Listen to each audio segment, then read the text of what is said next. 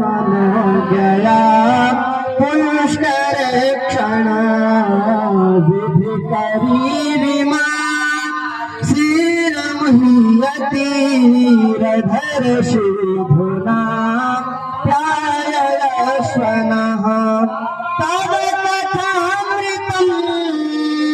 तत्तजीवनं कविभिरीडितं कल्मषापहं श्रवणमङ्गलम् श्रीमदाततं भुवि गृह्णन्ति ते भूरिदा जना प्रहसितं प्रियं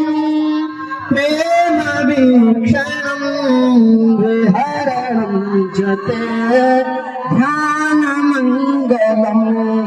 रहसि संविगो या हृदे स्पृशः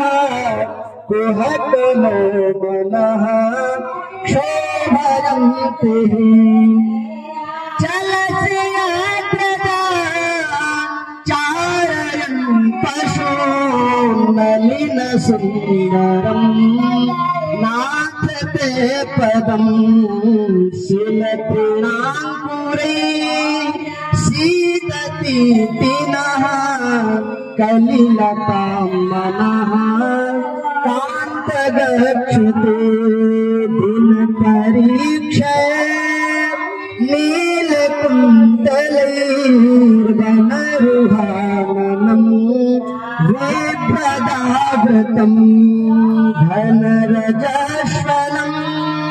दर्शयन् मनसि न स्मरं वीररक्षसि प्रणतकामदं पद्मचार्चितं धरणिमण्डलं ध्येयमापदि चरणपङ्कजं शन्तनं च ते रमणनास्तनेष्वार्पणं प्रभुं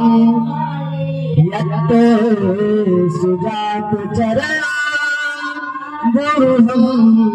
स्तनेषु भीतासनै प्रियदधि महि कर्कशेषु तेनाटवीमकसित व्यथते न किंचिद कुल्पातिदीर्भवति भवदाङ्गुशानः इति गोप्यः प्रदायन्तः प्रलपत्यंश्च चित्रधा रुरुदुः सुस्वरं राजन् कृष्णदर्शनलालसा